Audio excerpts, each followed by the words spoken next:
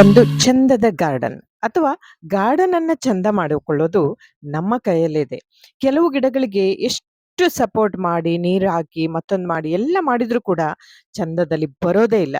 ಇನ್ನು ಕೆಲವಕ್ಕೆ ಏನು ಮಾಡದೇ ಇದ್ರು ನೋಡಿ, ಈ ನಿತ್ಯ ಪುಷ್ಪ ಗಿಡ ಎಂಥದೂ ಇಲ್ಲ, ಮಣ್ಣಿಲ್ಲ, ಗೊಬ್ಬರ ಇಲ್ಲ, ಏನೇ ಇಲ್ಲ, ತಾನೇ ಹುಟ್ಟಿ ತಾನೇ ಬೆಳೆದು ಹೂ ಬಿಡ್ತಾ ಇದೆ. ಗಿಡದ ತುಂಬಾ ಹೂ ಬಿಡ್ತಾ ಇದೆ. ಇನ್ಫ್ಯಾಕ್ಟ್ ಈ ಒಂದು ಗಿಡ ಕೂಡ ನೋಡಿ ಹೂ ಬಿಟ್ಟಿದೆಲ್ಲ, ನೋಡ್ತಾ ಇದ್ದೀರಾ ಸ್ನೇಹಿತರೆ.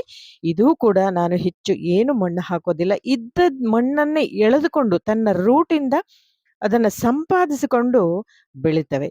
ಇನ್ನು ಕೆಲವಕ್ಕೆ ನೋಡಿ, ಇದಕ್ಕೆ ಮಣ್ಣು, ಗೊಬ್ಬರ, ಮರಳು ಮತ್ತೊಂದು ಎಲ್ಲವನ್ನ ಹಾಕಿದ್ರು ಕೂಡ ಕೆಲವು ಬಾಡಿ ಹೋಗುತ್ತವೆ, ಹಳದಿಯಾಗಿ ಬೀಳುತ್ತವೆ, ಎಲೆ ಹಳದಿ ಆಗತ್ತವೆ. ಇದಕ್ಕೆ ಎಷ್ಟು ಆ ಕಾಳಜಿ ತಗೊಂಡ್ರು ಕೂಡ ಕೆಲವು ಆಗೋದೇ ಇಲ್ಲ. ಯಾಕೆ ಹೀಗಾಗತ್ತೆ? ನೋಡಿ, ಕೆಲವು ಮೊಗ್ಗುಗಳು ಹಳದಿಯಾಗಿ ಉದುರುತ್ತವೆ, ಎಲೆಗಳು ಹಳದಿಯಾಗಿ ಬಾಡುತ್ತವೆ. ಇಷ್ಟು ಮೊಗ್ಗು ಬಂದಿದ್ದೆಲ್ಲನೂ ಹೂ ಬಿಡಲ್ಲ ಸ್ನೇಹಿತರೆ.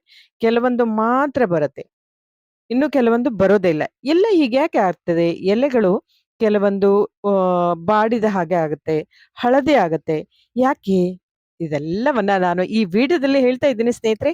ಏನ್ ಮಾಡ್ಬೇಕು ಅದಕ್ಕೆ ಕಾರಣ ಮತ್ತು ಪರಿಹಾರವನ್ನ ಈ ವಿಡಿಯೋದಲ್ಲಿ ನಾನು ನಿಮಗೆ ತಿಳಿಸಿಕೊಡ್ತಾ ಇದ್ದೀನಿ. ಸ್ನೇಹಿತರೆ ನಮಸ್ಕಾರ, ನಾ ಸಂಜನಾ, ಇದು ಸಂಜನಾ ಕ್ರಿಯೇಷನ್. ಫ್ರೆಂಡ್ಸ್, ನನ್ನ ಈ ಪುಟ್ಟ ಗಾರ್ಡನಿನ ಕೆಲವು ಹೂಗಳನ್ನ ನಿಮಗೆ ತೋರಿಸ್ತಾ ಇದ್ದೀನಿ.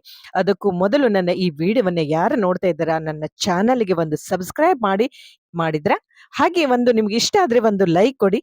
ದಯವಿಟ್ಟು ಯಾರಿಗೆಲ್ಲ ಶೇರ್ ಮಾಡಬೇಕು ಅನ್ಸಿದ್ರೆ, ಉಪಯೋಗ ಇದ್ರೆ ಶೇರ್ ಮಾಡಿ. ನನ್ನ ಗಾರ್ಡನ್ ಅನ್ನ ಕೆಲವು ಹೂ ನೋಡ್ಕೊಂಡ್ ಬರೋಣ ಬನ್ನಿ.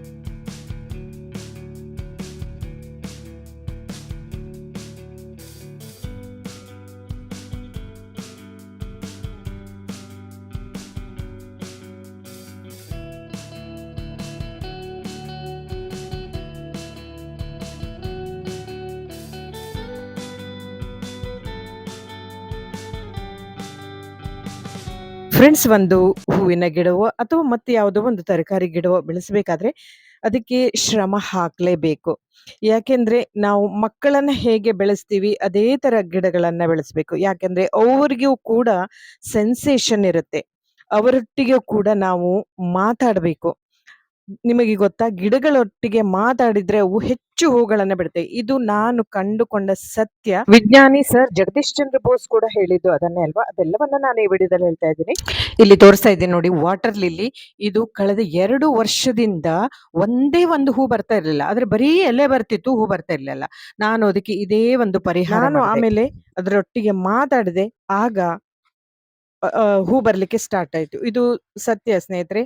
ಮತ್ತೆ ಗಿಡಗಳಿಗೂ ಕೂಡ ಸೆನ್ಸೇಷನ್ ಇರುತ್ತವೆ, ಅವುಗಳಿಗೂ ಕೂಡ ಸ್ಟ್ರೆಸ್ ಆಗುತ್ತವೆ. ಯಾಕೆ ಆ ತರ ಸ್ಟ್ರೆಸ್ ಆಗುತ್ತೆ ಅಂತ ಕೇಳಿದ್ರೆ, ಅತಿಯಾದ ಬಿಸಿಲು ಇರಬಹುದು, ಅಥವಾ ಒಣ ಹವೆ ಇರಬಹುದು, ಅಥವಾ ಕೋಲ್ಡ್ ಚಳಿ ಬೀಳುವಂತ ಸಮಯ ಇರಬಹುದು, ಅಥವಾ ಡ್ರೈನೇಜ್ ಸಿಸ್ಟಮ್ ಸರಿ ಇಲ್ಲದ್ರೆ, ಅತಿಯಾದ ನೀರು ಹಾಕೋದ್ರಿಂದ, ಅಥವಾ ರೂಟಿಗೆ ಏನಾದ್ರೂ ಏಟಾದ್ರೆ, ಹೀಗೆಲ್ಲ ಕಾರಣಗಳು ಇರ್ತವೆ. ಇದಕ್ಕೆಲ್ಲವನ್ನ ನಾನು ಏನ್ ಮಾಡ್ಬೋದು ಅನ್ನೋದನ್ನ ತಿಳಿಸಿಕೊಡ್ತಾ ಇದ್ದೇನೆ ಬನ್ನಿ ಫ್ರೆಂಡ್ಸ್. ಈ ಒಂದು ಟೈಮಲ್ಲಿ ಅಂದ್ರೆ ಬೇಸಿಗೆಯ ಟೈಮಲ್ಲಿ, ಮೀನ್ಸ್ ಮಾರ್ಚ್ ಏಪ್ರಿಲ್ದಲ್ಲಿ ಅಪೀಡ್ಸ್ ಅನ್ನೋ ಹುಳಗಳು ಎಲೆಯ ಹಿಂಭಾಗದಲ್ಲಿ ಅಂದ್ರೆ ಬಿಳಿ ಹುಳಗಳು ಇರ್ತವೆ, ನೀವು ನೋಡಿರ್ಬೋದು. ಬಟ್ ಈ ವರ್ಷ ನನ್ನ ಈ ಗಿಡದಲ್ಲಿ ಇಲ್ಲ. ಇದೇ ಹಿಂದಿನ ವರ್ಷ ನಾನು ಇದಕ್ಕೆ ಯಾವ ರೀತಿ ಸೊಲ್ಯೂಷನ್ ಅನ್ನೋದನ್ನ ನಾನು ಹೇಳಿದ್ದೆ, ಯಾವ ರೀತಿ ಹುಳುಗಳನ್ನ ತೆಗೆಯುವಂತ ಕ್ರಮಗಳನ್ನು ಕೂಡ ನಾನು ನಿಮ್ಗೆ ಹೇಳಿದೆ. ಬಟ್ ಈ ವರ್ಷ ಯಾವುದು ಬಂದಿಲ್ಲ ನನಗೆ ಈ ಹುಳುಗಳು. ನೋಡಿ, ಎಲೆ ಹಿಂಭಾಗದಲ್ಲಿ ಬಿಳಿ ಹುಳಗಳು, ಅದನ್ನ ತಿನ್ಲಿಕ್ಕೆ ಇರುವೆಗಳು ಬರ್ತವೆ, ಮೊಗ್ಗುಗಳನ್ನ ಹಾಳು ಮಾಡ್ತವೆ, ತುದಿಗಳನ್ನೇ ತಿಂದ್ಬಿಡ್ತವೆ, ಮೊಗ್ಗು ಬರೋದನ್ನೇ ಕಟ್ ಮಾಡಿ ತಿಂದ್ಬಿಡ್ತವೆ. ಅದಕ್ಕೆ ಸೊಲ್ಯೂಷನ್ ಹೇಳಿದ್ದೆ ನಾನು ಯಾವ ರೀತಿ ಮಾಡ್ಬೇಕು ಅಂತ ಹೇಳಿ. ಬಟ್ ಈ ಒಂದು ವಿಡಿಯೋದಲ್ಲಿ ನಾನು ನೋಡಿ, ಹಳದಿ ಮೊಗ್ಗುಗಳು ಬಿಟ್ಟ ತಕ್ಷಣ ಹಳದಿ ಆಗಿ ಉದುರ್ತವೆ, ಎಲೆಗಳು ಈ ತರ ರೋಗ ಬಂದ ತರ ಉದುರೋದು ಯಾಕೆ ಅನ್ನೋದನ್ನ ಈಗ ತೋರಿಸ್ತಾ ಇದ್ದೀನಿ. ಈ ತರ ಮೊಗ್ಗು ಉದುರೋದು ಸಹಜ ಕ್ರಿಯೆ ಸ್ನೇಹಿತರೆ. ಎಲೆ ಉದುರೋದು ಕೂಡ ಸಹಜವೇ. ಒಂದು ಕಾರಣ ಹೇಳ್ಬೋದು, ಆದ್ರೆ ತುಂಬಾ ಉದುರ್ತಾ ಇದ್ರೆ ಅದು ಬೇರೆ ಕಾರಣ ಇರ್ಬೋದು. ಯಾಕಂದ್ರೆ ಒಂದು ಗಾದೆ ಕೇಳಿರ್ಬೋದು, ಹಣ್ಣೆಲೆ ಉದುರಿದಾಗ ಹಸಿರೆಲೆ ನಗುತ್ತಿತ್ತಂತೆ. ಬಿಡಿ, ಅದು ಗಾದೆ ಬೇರೆ ಸ್ನೇಹಿತರೆ. ಇದು ಉದುರ್ಲಿಕ್ಕೆ ಮೇನ್ ಕಾರಣ ಅದೊಂದು ಲೈಫ್ ಸೈಕಲ್. ಅದಕ್ಕಾಗಿ ಹೆಚ್ಚು ಚಿಂತೆ ಮಾಡ್ಬೇಕಾಗಿಲ್ಲ ಫಸ್ಟ್ ಆಫ್ ಆಲ್. ಆದ್ರೆ ತುಂಬಾ ಉದುರ್ತಾ ಇದ್ರೆ ಯೋಚನೆ ಮಾಡ್ಲೇಬೇಕು. ಅದಕ್ಕೆ ಒಂದು ಕಾರಣ ಪೋಷಕಾಂಶಗಳ ಕೊರತೆ ಇರ್ಬೋದು. ಈಗ ಏನು ಮಾಡಬೇಕು, ಅದಕ್ಕೆ ಮನೆಯಲ್ಲೇ ಮಾಡಿದ ಕಾಂಪೋಸ್ಟ್ ಗೊಬ್ಬರವನ್ನ ಅಥವಾ ಪೊಟ್ಯಾಷನ್ನ ಆಡ್ ಮಾಡೋದ್ರಿಂದ ಅದರ ಆ, ಒಂದು ಆಗೋದನ್ನ ಒಂದು ಕಾರಣದಿಂದ ತಪ್ಪಿಸ್ಬೋದು. ಇನ್ನು ಅತಿಯಾಗಿ ಅಲ್ಲಿ ನೀರು ನಿಂತುಕೊಳ್ಳೋ ಕಾರಣದಿಂದ ಕೂಡ ಆ ಎಲೆಗಳು ಹಳದಿ ಆಗ್ಲಿಕ್ಕೆ ಕಾರಣ ಇರಬಹುದು. ಯಾಕೆಂದ್ರೆ ಹಾಕಿದ ನೀರು ಈ ತರ ನಿಂತುಕೊಳ್ಳೋದ್ರಿಂದ ಗಿಡಗಳು ಸರಿಯಾಗಿ ಬೆಳವಣಿಗೆ ಕಾಣೋದಿಲ್ಲ. ಇದು ಕ್ಯಾಕ್ಟಸ್ ಗಿಡ ಬೇರೆದು. ಸೊ ಇದಕ್ಕೆ ಏನೂ ತೊಂದರೆ ಇರುವುದಿಲ್ಲ. ಬಟ್ ದಾಸವಾಳ ಗಿಡಗಳಿಗೆ ತುಂಬಾ ಸೂಕ್ಷ್ಮವಾಗಿರುತ್ತವೆ. ಹಾಗಾಗಿ ಅವರು ನೀರು ನಿಲ್ಲದ ಹಾಗೆ ನೋಡ್ಕೊಬೇಕು. ಹಾಗಂತ ಮಣ್ಣು ಸಾಫ್ಟ್ ಆಗಿರಬೇಕು. ಗಿಡಕ್ಕೆ ಹಾಕಿರುವಂತದ್ದು ಡ್ರೈ ಆಗಬಾರದು. ಯಾಕೆಂದ್ರೆ ಬೇಸಿಗೆ ಕಾಲದಲ್ಲಿ ತುಂಬಾ ಅವು ಸ್ಟ್ರೆಸ್ ಇಂದ ಬಳಲ್ತವೆ ಸ್ನೇಹಿತರೆ. ಯಾಕಂದ್ರೆ ಎಲೆಗಳು ಅಷ್ಟೇ ಅಲ್ಲ, ಹಳದಿ ಬಣ್ಣಕ್ಕಲ್ಲ, ವೈಟ್ ಪ್ಯಾಚಸ್ ಕೂಡ ಆಗ್ಲಿಕ್ಕೆ ಕಾರಣ ಆಗ್ತದೆ. ಅದಕ್ಕೆ ಪ್ಲಾಂಟ್ ಬರ್ನ್ ಅಂತ ಕರಿತೇವೆ. ಮತ್ತೊಂದು ಕಾರಣ ಹೇಳಿದ್ನಲ್ಲ, ಸ್ಟ್ರೆಸ್ ಕೂಡ ಕಾರಣ ಇರಬಹುದು. ಅಥವಾ ನೀವು ಎಕ್ಸಸ್ ವಾಟರ್ ಕೂಡ ಆಲ್ರೆಡಿ ಹೇಳಿದೆ, ಹೆಚ್ಚಿನ ನೀರನ್ನು ಹಾಕೋದ್ರಿಂದ ಕಾರಣ ಇರ್ಬೋದು. ಮತ್ತೊಂದು ಬಿಸಿಲು ಚೆನ್ನಾಗಿ ಬೀಳದೇ ಇರೋ ಕೂಡ ಕಾರಣ ಇರ್ಬೋದು. ಪೋಷಕಾಂಶಗಳ ಕೊರತೆಯಿಂದ ಕೂಡ ಕಾರಣ ಇರ್ಬೋದು. ಹಾಕಿದ ನೀರು ಹರಿದು ಹೋಗ್ಲಿಕ್ಕೆ ಸರಿಯಾಗಿ ಇರಬೇಕು. ಇಲ್ಲಾಂದ್ರೆ ನೀರು ಬ್ಲಾಕ್ ಆದ್ರೆ ಕೂಡ ಆ ಥರ ಕಾರಣ ಇರುತ್ತೆ. ಈಗ ನಾನು ಕಂಪೋಸ್ಟ್ ಗೊಬ್ಬರವನ್ನ ಜೊತೆಗೆ ಮಣ್ಣನ್ನು ಯಾವ ರೀತಿ ಪಾಟಿಗೆ ಹಾಕೋದ್ರಿಂದ ಗಿಡ ಚೆನ್ನಾಗಿ ಬೆಳೀತಿದೆ ಅನ್ನೋದನ್ನು ನಾನು ತೋರಿಸ್ತಾ ಇದ್ದೀನಿ. ಮಣ್ಣು ಮತ್ತು ಗೊಬ್ಬರ ಆ್ಯಂಡ್ ಸ್ಯಾಂಡ್ ಇದ್ದರೆ ಮಿಕ್ಸ್ ಮಾಡ್ಕೊಬೇಕು. ಅದು ಕೂಡ ಯಾಕೆ ಮಣ್ಣು ಗಟ್ಟಿಯಾಗೋದನ್ನು ತಡೆಯುತ್ತವೆ ಆ ಥರ ಹಾಕೋದ್ರಿಂದ. ಸೊ ಈಗ ನಾನು ಮಣ್ಣು, ಗೊಬ್ಬರ ಮತ್ತು ಮರಳು ಯಾವ ರೇಷಿಯೋದಲ್ಲಿ ಹಾಕೋದು ಅನ್ನೋದನ್ನು ನಿಮಗೆ ತೋರಿಸ್ತಾ ಇದ್ದೀನಿ. ಸುಮಾರು 1ರಷ್ಟು ಮಣ್ಣಿದ್ರೆ ಅದರ ಅರ್ಧದಷ್ಟು ಗೊಬ್ಬರ ಇಡಬೇಕು. ಅಂದರೆ ಗೊಬ್ಬರ ಅಂದರೆ ನಾನು ಮಾಡಿದ್ದಂಥದ್ದೇ ಇದು. ಕಾಂಪೋಸ್ಟ್ ಗೊಬ್ಬರ ನಾನು ಮನೆಯಲ್ಲೇ ಮಾಡುವಂಥದ್ದು. ಸೊ ಅದನ್ನು ಹಾಕಿದ್ರೆ ಮತ್ತೆ 1/4% ಅಷ್ಟು ಸ್ಯಾಂಡ್ ಮರಳನ್ನು ಹಾಕಬೇಕು. ಹೇಳಿದ್ನಲ್ಲ, ಅದು ಹಾಕೋದ್ರಿಂದ ಗಿಡದ ಬುಡ ಗಟ್ಟಿ ಆಗೋದನ್ನು ತಡೆಯುತ್ತವೆ.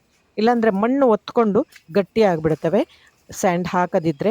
ಸೊ ಮೂರನ್ನೂ ಮಿಕ್ಸ್ ಮಾಡಿ ನಿಮ್ಮ ಗಿಡಕ್ಕೆ ಹಾಕೋದ್ರಿಂದ ಗಿಡ ಚೆನ್ನಾಗಿ ಬಲಿತು ಹೂವು ಚೆನ್ನಾಗಿ ಬಿಡಲಿಕ್ಕೆ ಕಾರಣ ಆಗುತ್ತೆ. ಮೂರು ಸರಿಯಾಗಿ ಮಿಕ್ಸ್ ಮಾಡ್ಕೋಬೇಕು.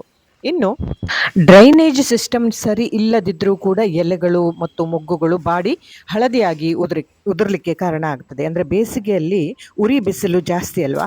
ಸೊ ಅದಕ್ಕೆ ಅಗತ್ಯ ಪ್ರಮಾಣದ ನೀರು ಬೇಕು. ಈಗ ಗಿಡಕ್ಕೆ ಯಾವ ರೀತಿ ನಾವು ಮಣ್ಣನ್ನು ಹಾಕಬೇಕು ಅನ್ನೋದನ್ನು ತೋರಿಸ್ತಾ ಇದ್ದೀನಿ.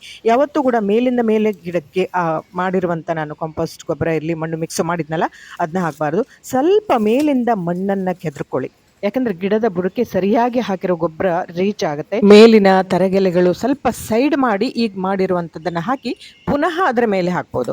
ಅಥವಾ ಇನ್ನೊಂದು ರೀತಿಯಲ್ಲಿ ನಾವು ಹಾಕಲಿಕ್ಕೆ ಬರುತ್ತೆ ಅದು. ಈಗ ಆಲ್ರೆಡಿ ಅದರ ಮೇಲಿಂದ ಏನಾದರೂ ಸೊಪ್ಪು ಗಿಪ್ಪು ಏನಾದರೂ ಹಾಕಿದರೆ ಅದರ ಮೇಲಿಂದ ನಾವು ಮಾಡಿರುವಂಥ ಈಗ ಮಣ್ಣು ಮಿಕ್ಸು ಮಾಡಿದ್ದೀವಲ್ಲ ಅದನ್ನು ಹಾಕ್ಬೋದು. ಯಾಕಂದರೆ ಮೊದಲೇ ನೀವು ಎಲೆ ಹಾಕಿ ಅಥವಾ ಬೇರೆ ಏನಾದರೂ ತರಗೆಲೆಗಳು, ಬೇರೆ ಕರಗುವಂಥ ಕಸಗಳು ಹಾಕಿದರೆ ಅವು ಒಳಗಿಂದ ಒಳಗೆ ಕರಗ್ತವೆ. ಸೊ ಇಲ್ಲದಿದ್ರೆ ಮಣ್ಣನ್ನು ಹಾಕಿ ಮಣ್ಣಿನ ಮೇಲಿನಿಂದ ಈ ಥರ ಸೊಪ್ಪುಗಳನ್ನು ಅಥವಾ ಎಲೆಯನ್ನು ಅಥವಾ ದೇವರ ಪೂಜೆಗೆ ಮಾಡಿದ ಹೂವನ್ನು, ತರಕಾರಿ ಸಿಪ್ಪೆಯನ್ನು ಯಾವುದನ್ನು ಕೂಡ ಸ್ವಲ್ಪ ಮೇಲಿಂದ ಹಾಕ್ಬೋದು.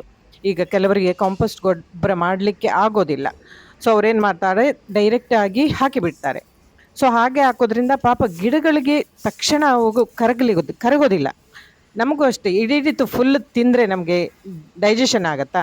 ಇಲ್ಲ ಅಲ್ವಾ. ಸೊ ಗಿಡಗಳು ಕೂಡ ಮನುಷ್ಯರ ಹಾಗೆ ಸ್ನೇಹಿತರೆ, ಅವರಿಗೆ ಕೂಡ ಸೂಕ್ಷ್ಮವಾಗಿ ಡೈಜೆಷನ್ ಆಗುತ್ತೆ. ಅಂದರೆ ನಿಧಾನವಾಗಿ ಕರೆಕ್ಟ್. ಅದ್ರ ಬದಲು ನಾವು ಕಂಪೋಸ್ಟ್ ಮಾಡಿದರೆ ಬೇಗ ಇದಾಗುತ್ತೆ. ಸೊ ಎಲ್ಲರಿಗೂ ಕಂಪೋಸ್ಟ್ ಆಗೋದಿಲ್ಲ. ಅವ್ರೇನು ಮಾಡಬೇಕು, ಗಿಡಕ್ಕೆ ಡೈರೆಕ್ಟ್ ಸಿಪ್ಪೆಯನ್ನು ಹಾಕಿದ್ರೆ ಮೇಲಿನಿಂದ ಮಣ್ಣನ್ನು ಹಾಕ್ಬೋದು.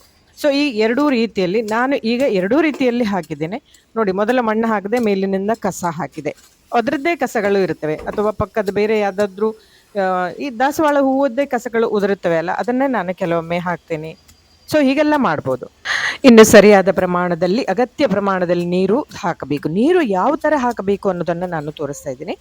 ಮತ್ತು ಇದಕ್ಕೆ ಬೇಕಾದ, ನೀವು ಹೊರಗಡೆಯಿಂದ ಗೊಬ್ಬರ ತರ್ತೀನಿ ಹೇಳಿದ್ರೆ ಪೊಟ್ಯಾಷಿಯಂ ಫರ್ಟಿಲೈಸರ್ ಅದಕ್ಕೆ ಗಿಡಗಳಿಗೆ ಹೆಚ್ಚು ಬೇಕಾಗುತ್ತೆ ಸ್ನೇಹಿತರೆ. ನಿಮಗೆ ಗೊಬ್ಬರ ಬೇರೆದ್ದು ತಂದು ಹಾಕ್ತೀರಿ ಹೇಳಿದ್ರೆ ಗಿಡಗಳಿಗೆ ಬೇಕಾಗಿರುವಂಥದ್ದು ಇದು.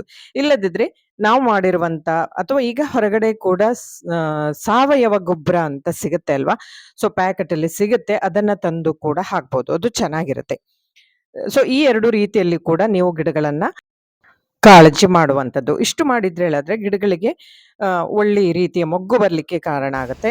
ಸೊ ಇನ್ನೂ ಒಂದು ಕಾರಣ ಅಂತ ಹೇಳಿದ್ರೆ ಉರಿ ಬಿಸಿಲು ಇರುವ ಕಾರಣ ಅದಕ್ಕೆ ತುಂಬ ಸ್ಟ್ರೆಸ್ ಆಗುತ್ತೆ ಸ್ನೇಹಿತರೆ.